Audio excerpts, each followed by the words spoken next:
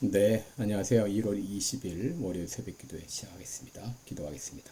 은혜로우신 우리 아버지, 또 어제 복된 주일 은혜 가운데 지내게 하시고 오늘도 월요일 아침을 만났습니다. 오늘 하루도 주님 앞에 영광 돌리며 우리의 마음과 우리의 생각과 또 우리의 삶, 또 우리의 말을 통하여 하나님께 영광 돌리는 귀한 하루가 되게 하여 주옵소서. 아버지, 우리의 모든 당면한 문제를 놓고 기도합니다.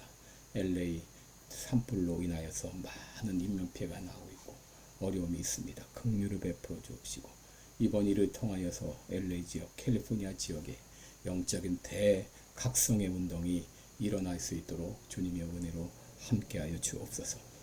하나님 아버지, 또 아버지 한국의 대통령 탄핵으로 말미암아 사태가 또 더 진전되고 있고 특별히 대통령을 구속하는 일까지 있었는데 아버지, 죄가 명확히 밝혀지지도 않은 채 무조건 구속하는 아버지여, 참으로 아버지 입법 독재가 판을 치고 있고 뭔가에 짜여진 각본과 같이 일사불란하게 움직이고 있는 모습을 볼 때 하나님 아버지, 이제 이 공산 사회 세력이 대한민국을 침투해서 아버지 이것을 농락하고 있는 것을 분명히 봅니다.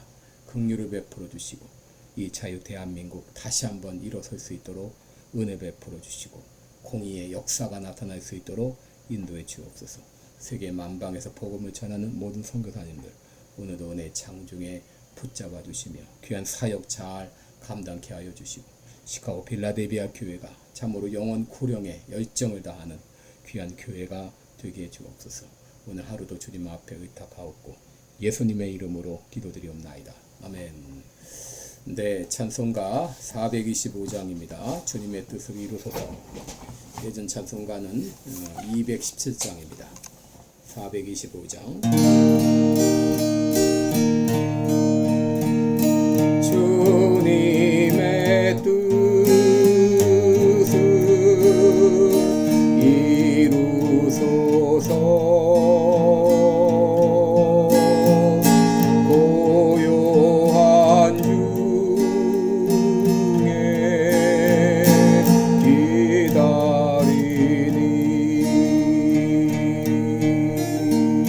기다리니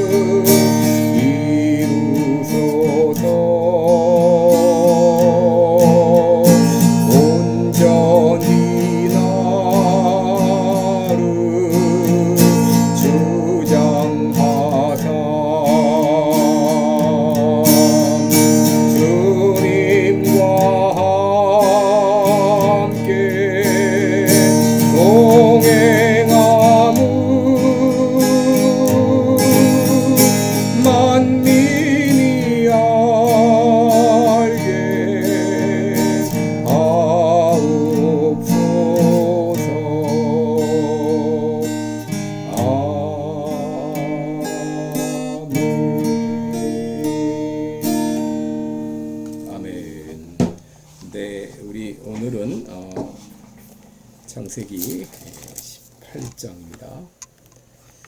18장 16절부터 26절까지 읽어드립니다. 창세기 18장 16절부터 26절 제가 봉독해 드립니다. 그 사람들이 거기서 일어나서 소돔으로 향하고 아브라함은 그들을 전송하러 함께 나가니라. 여호와께서 가라사대 나의 하려는 것을 아브라함에게 숨기겠느냐. 아브라함은 강대한 나라가 되고 천하 만민은 그로 인하여 복을 받게 될 것이 아니냐. 내가 그로 그 자식과 권속에게 명하여 여호와의 도를 지켜 의와 공도를 행하게 하려고 그를 택하였나니 이는 나 여호와가 아브라함에게 대하여 말한 일을 이루려 함이니라. 여호와께서 또 가라사대 소돔과 고모라에 대한 부르짖음이 크고 그 죄악이 심히 중하니 내가 이제 내려가서 그 모든 행한 것이 과연 내게 들린 부르짖음과 같은지 그렇지 않은지 내가 보고 알려하노라. 그 사람들이 거기서 떠나 소돔으로 향하여 가고 아브라함은 여호와 앞에 그대로 섰더니 가까이 나아가 가로되 주께서 의인을 악인과 함께 멸하시려나이까. 그 성중에 의인 50이 있을지라도 주께서 그곳을 멸하시고 그 50 의인을 위하여 용서치 아니하시리까. 주께서 이같이 하사 의인을 악인과 함께 죽이심은 불가하며 의인과 악인을 균등히 하심도 불가하니이다. 세상을 심판하시는 이가 공의를 행하실 것이 아니니까. 여호와께서 가라사대 내가 만일 소돔 성중에서 의인 50을 찾으면 그들을 위하여 온 지경을 용서하리라. 아멘. 네, 우리 그동안 이제 새벽 기도회를 통해서 창세기 특별히 아브라함의 행적을 살펴보면서 그 배후에 역사하시는 하나님의 은혜를 추적하고 있습니다. 하나님께서 아브라함을 부르시면서 세 가지를 약속해 주었죠. 내가 너로 큰 민족의 모든 민족의 조상이 되게 하겠다. 내 이름을 창대케 하겠다. 그리고 너를 복의 통로로 사용하시겠다. 이렇게 세 가지 약속을 줬습니다. 그러면서 너를 축복하는 자에게 내가 복을 내리고 너를 저주하는 자에게 내가 저주하리니 땅의 모든 족속이 너로 인하여 복을 얻게 할 것이다. 여러분, 우리 모두는 믿음으로 아브라함의 후손이기 때문에 아브라함에게 약속하신 이 놀라운 복이 여전히 우리에게도 유효하다고 하는 것을 우리가 알아야 되겠습니다. 그래서 나는 복의 통로로 복의 기관으로 부름받았다는 것을 늘 기억하며 2025년 한 해를 살아가시기를 바랍니다. 여러분, 2025년 이제 새해를 살아갈 때 우리가 어떻게 살아갈까? 제가 여러분께 두 가지를 말씀드립니다. 첫째, 나는 하나님의 대행자, 하나님의 대행자라는 것을 우리가 알아야 되겠습니다. 이 대행자라는 말 요새 많이 유행을 하고 있죠. 왜냐하면 대통령이 탄핵이 되면서 국무총리가 대통령 권한 대행이 되고 또 국무총리가 탄핵이 되면서 이제 부총리가 이제 대통령 권한 대행이 됐습니다. 이것은 대행 시대인데 여러분 우리는 이 땅에 살면서 하나님의 대행자, 하나님께서 우리들을 바로 이제 이 땅의 대행자, 이것은 대행자라고 하는 것은 바이스지런티라는 말입니다. 이것은 에이전트보다 훨씬 강한 의미입니다. 책임을 가지고 그 일을 행하는 것입니다. 여러분 18절에 보시면 하나님은 아브라함에게 말씀하시죠. 아브라함은 강대한 나라가 되고 천하 만민은 그를 인하여 복을 받게 될 것이 아니냐. 여러분, 아브라함은 강대한 나라가 되고 천하 만민은 그를 인하여 복을 받게 될 것이다. 여러분, 엄청난 말씀입니다. 여러분, 이 약속은 아브라함에게 주신 약속이지만 그의 믿음의 후손인 우리에게도 오늘날 적용되는 줄을 믿습니다. 여러분, 하나님은 우리를 강대하게 하시고 우리를 통해서 천하 만민이 복을 받게 하십니다. 여러분, 우리는 하나님의 권한 대행자입니다. 여러분, 이것이 아브라함의 후손인 우리들의 정체성입니다.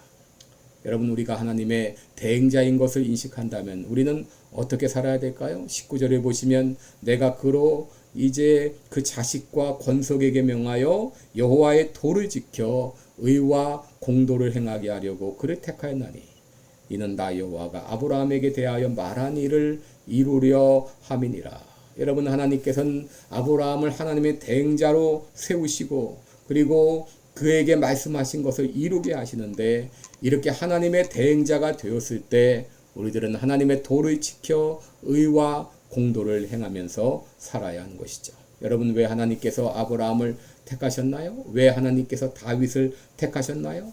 왜 하나님께서 트럼프를 택하시고, 왜 하나님께서 윤석열을 택하시고, 왜 하나님께서 우리를 하나님의 자녀로 택하셨을까요? 만약 우리가 하나님의 의와 공도를 행하지 않는다면 하나님께서 우리들을 대행자로 세우신 것이 아무런 의미가 없는 것이죠.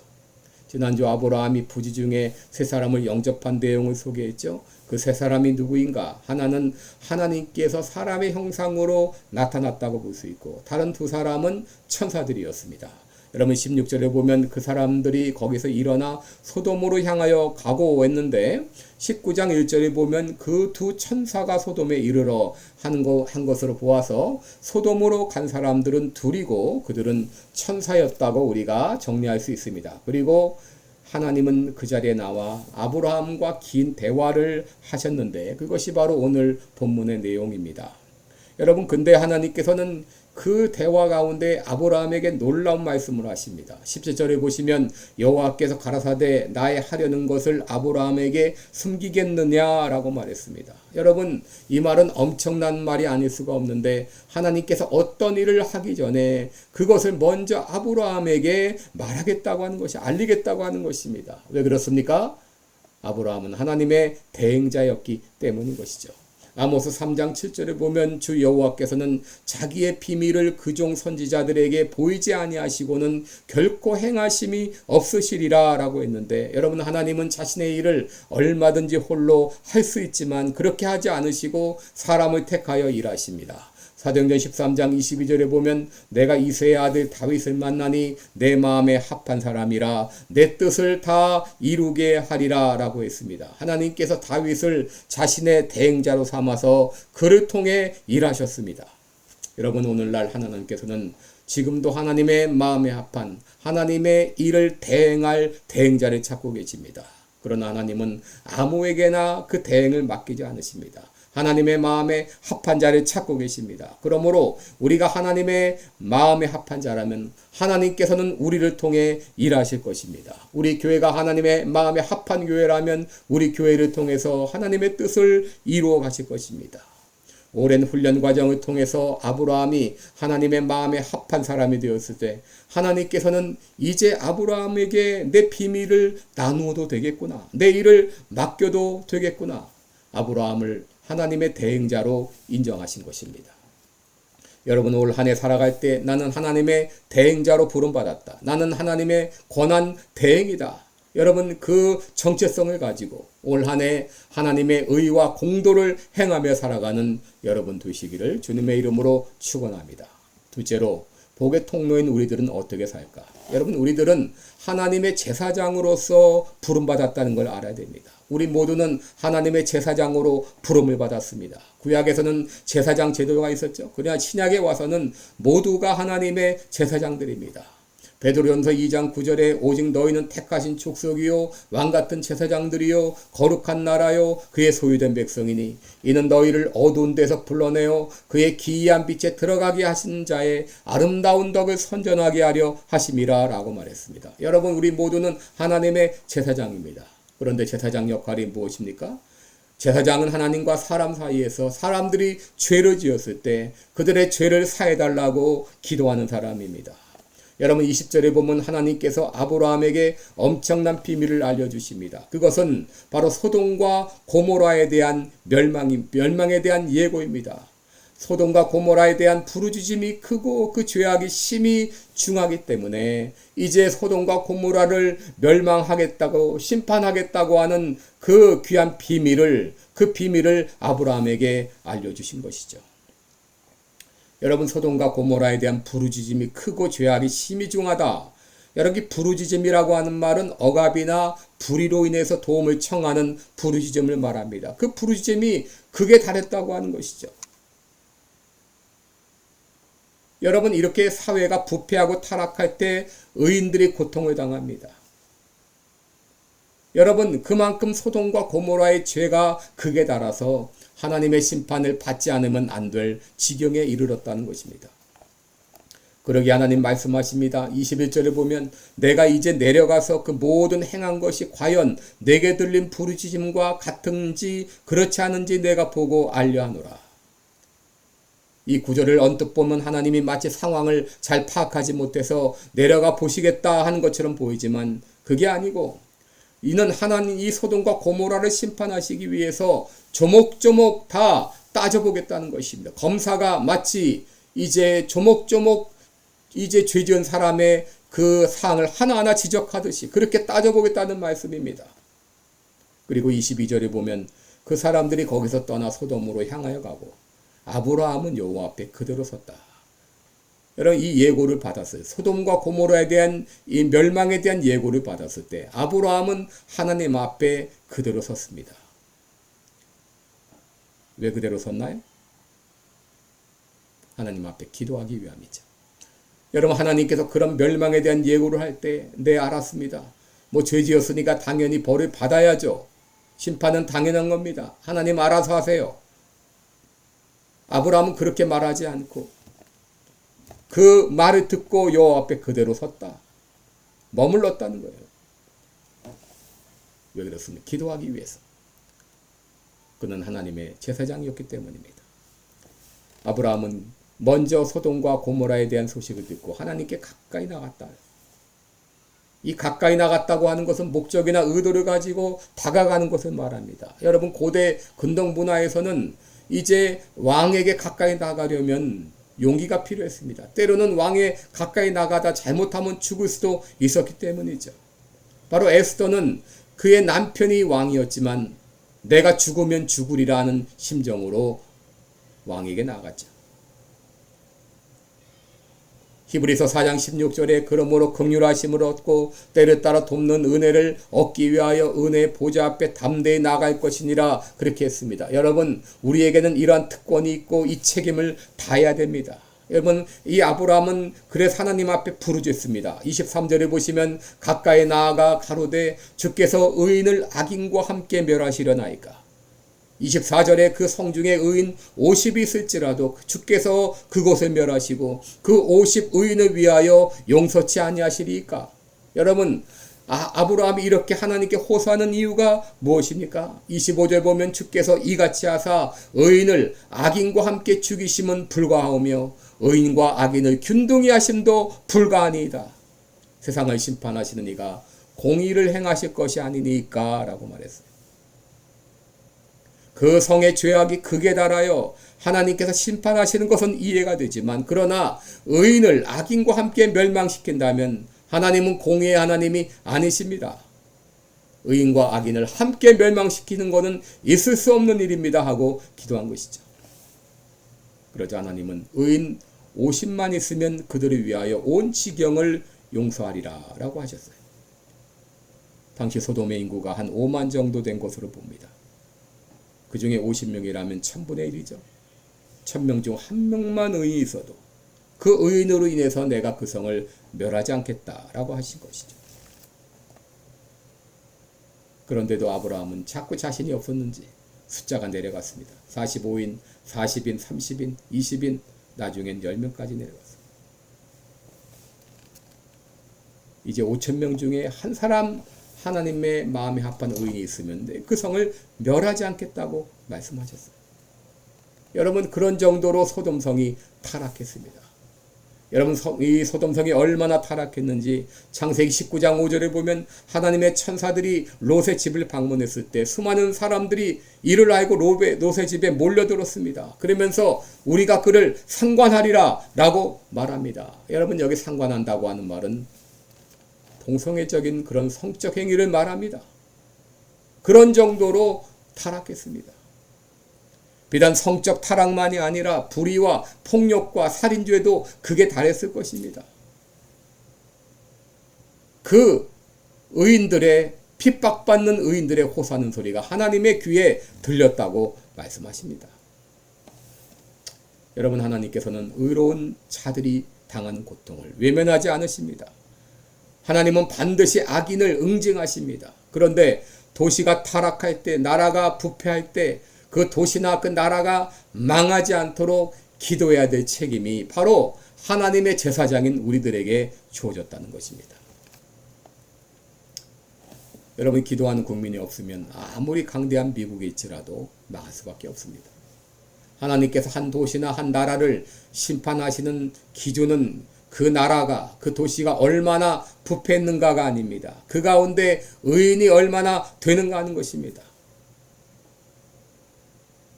미국도 그동안 거의 망하기 일보 직전이었습니다.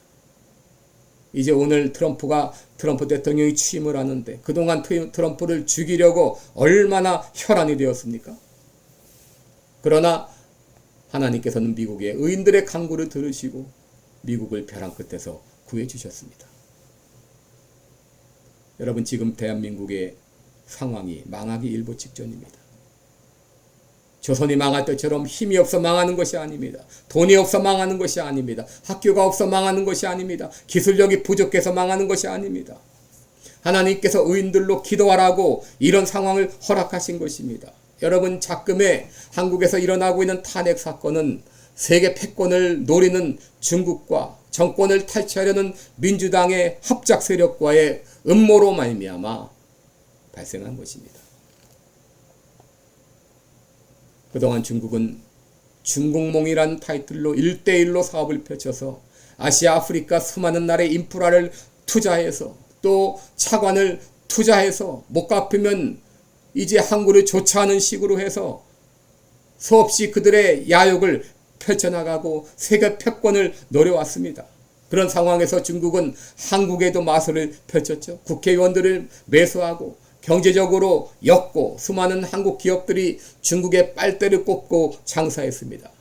학교에도 침투하고 공자학원을 통하여 공산당 교육을 시키고 무엇보다도 부정선거를 획책해서 자기들의 입맛에 맞는 사람들을 국회의원으로 당선시키고 대통령이 되게 했습니다. 그러다 이번에 대통령 탄핵으로 한국을 중국의 속국이 되도록 안간힘을 다하고 있는데, 여러분, 한국이 중국의 속국이 되면 중국이 세계 패권국으로 도약하는 데 큰 힘을 얻게 됩니다. 이 중국은 힘으로 하면 미국을 이기지 못합니다. 그러기에 부정부패를 이용해서 한국을 속국으로 만들려 하고 있습니다. 그러나 미국은 한국을 위해서만 아니라 미국을 위해서라도 중국이 세계 패권국이 되는 것을 결코 용납하지 않을 것입니다. 그리고 한국 국민들이 깨어나고 있습니다. 여러분, 윤석열 대통령은 반드시 살아 돌아올 것입니다. 왜냐하면 하나님의 정의는 승리하기 때문입니다. 여러분, 이런 상황에서 그리스도인들은 하나님의 제사장이라고 하는 정체성을 가지고 기도해야 됩니다. 아브라함이 어떻게 기도했습니까? 하나님께 가까이 나아가 의인을 악인과 함께 죽이심을 불가합니다. 의인 50명이 있을지라도, 의인 45명이 있을지라도, 40명이 있을지라도, 30명이 있을지라도, 20명이 있을지라도, 의인 10명이 있을지라도 그 성을 멸하시려나이까? 하나님과 딜을 하면서 간절하게 안타깝게 부르짖었던 것을 볼 수 있습니다. 여러분, 우리도 그렇게 기도해야 됩니다. 그동안 북한 공산당이 얼마나 남침을 자행했습니까? 수십 차례 간첩을 난파해서 사회 교란을 획책했습니다. 그러다가 안 먹히니 농활 활동을 통해 사상교란을 하고, 나중에는 노동계에 침투하고, 나중에는 김일성 장학금을 통해 사법계에 침투하고, 그 장학금을 받은 이들이 국회의원이 되고 자신들이 지원하는 사람이 대통령이 되게 했습니다. 지난 2006년 10월에 노무현 정권 때 서울중앙지검이 1심이라는 북한 공작원과 접촉한 사건을 적발을 했습니다.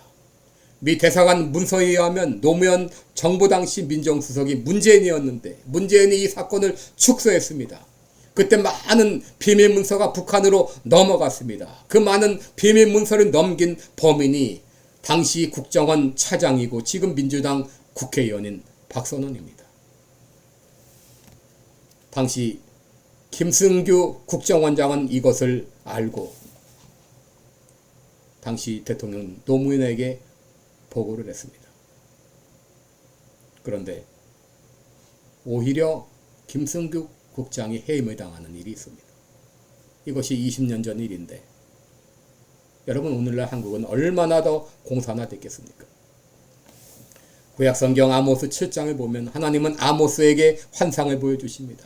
새순이 돋고 있는데 갑자기 황충이 나타나 그 새서 돋은 모든 순을 갉아먹습니다. 또 다른 환상을 보여주시는데 이번엔 불이 나타나 큰 바다를 섬기고 육지까지 삼키려고 하는 환상입니다. 여러분 이것은 이스라엘 멸망에 대한 하나님의 경고였는데 이때 아모스는 하나님께 기도합니다. 여호와여 그치소서. 야곱이 미약하오니 어떻게 서리까 하면서 기도할 때 하나님은 그 기도에 응답하시고 멸망하기로 했던 뜻을 돌이키셨다라고 말합니다. 여러분 지금 대한민국의 현실을 보면 하나님의 심판을 받아야 마땅한 지경에 이르렀습니다. 지금은 교회의 좌파들이 엄청나게 침투해 있습니다. 여러분 지금 또 시카고 지역의 목사들의 과반수가 좌파입니다. 여러분의 담임 목사가 좌파일 수 있습니다. 그럼에도 오늘날 교회가 망하지 않는 이유가 무엇입니까? 그럼에도 오늘날 나라가 망하지 않는 이유가 무엇입니까? 하나님 앞에 서서 기도하는 의인들이 있기 때문이죠. 소돔과 고모라는 의인 10명이 없어 멸망했습니다. 여러분 우리도 기도하지 않으면 미국이 멸망할 수 있고 우리가 기도하지 않으면 대한민국이 망할 수 있습니다.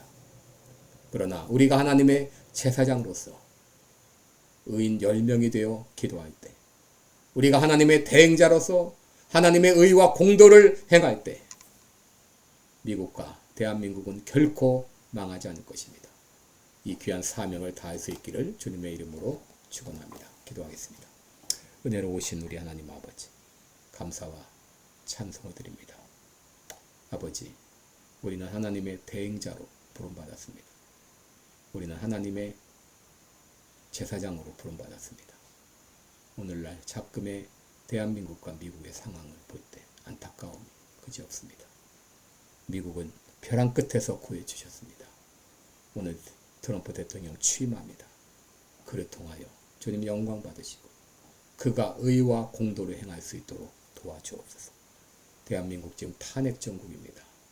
악의 세력들이 의의 세력들을 집어삼키려고 가진 발악을 다하고 있는데 주님이여 이제 결코 망하지 않도록 지켜주시고 의인들이 하나님의 제사장으로 사명을 다하게 도와주옵소서. 감사드리며 예수님의 이름으로 기도드리옵나이다. 아멘.